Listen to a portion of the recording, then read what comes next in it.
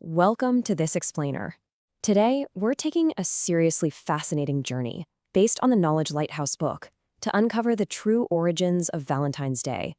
We're going to peel back the layers of history to reveal how this global phenomenon evolved from primal, shockingly chaotic ancient Roman rituals, all the way to the modern exchange of greeting cards and heart-shaped chocolates. It's an absolutely incredible story of transformation, and we're breaking it all down for you right now. So here's our roadmap for today. 1. Ancient roots and Lupercalia. 2. Saint Valentine and courtly love. 3. Renaissance cards and poetry. 4. Flowers, chocolates, and industry. And 5. Globalization of modern romance. All right, let's dive into Section 1. Ancient roots and Lupercalia, the wild beginnings of romance. Our chronological journey today covers a massive span of time.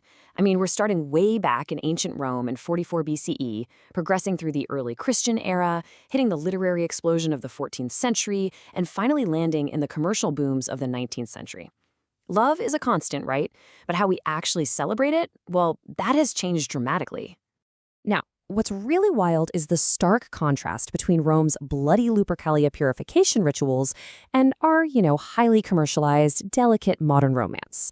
Over 2,000 years ago, the Romans celebrated this mid-February festival called Lupercalia. And get this, it involved a sacrifice of goats and dogs. Priests would run through the streets playfully striking people with goatskin thongs called februa to bestow fertility. It was loud, it was chaotic, and entirely primal. Definitely a far cry from a quiet candlelit dimmer. Ancient Romans actually attributed the unpredictable nature of desire to deities like Cupid and Venus, which kind of laid the mythological groundwork for love's sudden strike. Cupid wasn't just some cute little cherub, he was a mischievous force. His enchanted arrows could cause absolute chaos among gods and mortals alike. Venus, on the other hand, represented transcendent beauty. And in the real world, the tragic, powerful romance of historical figures like Mark Antony and Cleopatra immortalized the idea that love and passion could literally alter the course of empires. It's like a giant puzzle of history. Moving on to Section 2, Saint Valentine and courtly love. Christianity meets romance. So the crucial point here is that the Church strategically replaced the chaotic Lupercalia festival with Christianized feasts. By the 5th century, Pope Gelasius I introduced Candlemas around the exact same time of year, completely redirecting the focus toward purification and light. Concurrently, we have the legacy of a martyred priest named Saint Valentine. He famously defied the Roman emperor to perform secret marriages for young lovers. This provided a powerful Christian context for commemorating love and sacrifice on February 14th. As we move into the medieval era, the very definition of romance evolves. This whole concept of courtly love fundamentally reshaped medieval romance into a noble, chivalric pursuit of an unattainable ideal, rather than just a physical conquest. Knights would express unwavering loyalty and honor to a lady, often from a distance. It seamlessly merged Christian morality with the chivalric codes of the time, turning love into a refined, highly poetic pursuit. And honestly, we absolutely cannot talk about medieval romance without mentioning this remarkable quote. Chaucer's 14th century poem, Parliament of Fowls, was the very first major literary work to explicitly link St. Valentine's Day with the poetic notion of romantic courtship. By using the beautiful allegory of birds choosing their mates on this specific feast day, Chaucer brilliantly cemented the connection between Valentine's Day and the celebration of romantic love in our cultural imagination. Next up, Section 3. Renaissance cards and poetry, the printed word of love. If you find this analysis valuable, please like and subscribe to Knowledge Lighthouse to help us bring more truths to light. So, you've got to wonder, how exactly did this poetic, handwritten romance turn into a massive global industry? Well, during the Renaissance, individualism and humanism brought a whole new depth to romance. William Shakespeare's sonnets gave society a complex, deeply emotional vocabulary for expressing romance. And with the invention of the printing press, which was a real game changer, these profound explorations of love could be widely shared.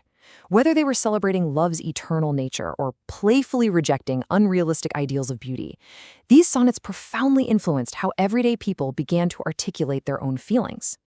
Fast forward to Queen Victoria's era, which brought us floriography, firmly establishing the red rose as the ultimate secret declaration of passionate love. Victorian society was, highly focused on propriety, so people used elaborately arranged bouquets to send complex, unspoken messages to one another. The deep red rose quickly became the undisputed king of these arrangements, definitively symbolizing profound romantic passion. Now, for Section 4, Flowers, Chocolates, and Industry, the mass production of romance. As we can see, modern Valentine's Day is as much a product of industrial innovation as it is of romance. First, over in America, Esther Howland used lithography to mass-produce beautiful, lace-adorned cards, making sentimental greetings easily accessible to the general public. Next, Richard Cadbury introduced the iconic heart-shaped chocolate box. He literally turned a simple sweet into a luxurious visual token of affection. And finally, Milton S. Hershey utilized mass production to make chocolate affordable for absolutely everyone. Just look at this year, 1907. In 1907, the introduction of Hershey's Kisses forever changed the gifting landscape. By offering these bite-sized, individually wrapped confections, chocolate was completely democratized. It was no longer just a luxury reserved for the elite, it became an affordable, playful, and ubiquitous symbol of love for the masses. Talk about a sweet revolution, right? And finally, Section 5, Globalization of Modern Romance. Love knows no borders. Now, what's really fascinating is seeing how different countries actively split or adapt the holiday to fit their unique social dynamics. In Japan and South Korea, February 14th is traditionally when women give chocolates to men. But they don't stop there. Japan added White Day a month later for men to reciprocate. South Korea even added Black Day in April for singles to gather and eat black noodles. Meanwhile, in Wales, the focus is actually on their own patron saint of lovers, Saint Dwynwen, celebrated with beautifully carved love spoons. It just goes to show how the universal concept of love perfectly molds to local culture. As we wrap up our explainer today, I want you to ask yourself, in an era of quick texts, digital emojis, and swipe-right dating apps, how will the ancient primal soul of love continue to transform in our interconnected future? Because from the wild festivals of ancient Rome to the mass-produced chocolates of the industrial era, human connection always finds a way to adapt and endure. For the complete deep dive, own the paperback. Get your high-quality paperback edition on Amazon via the link in the description. Add it to your collection today. Please share this explainer and check the description for more.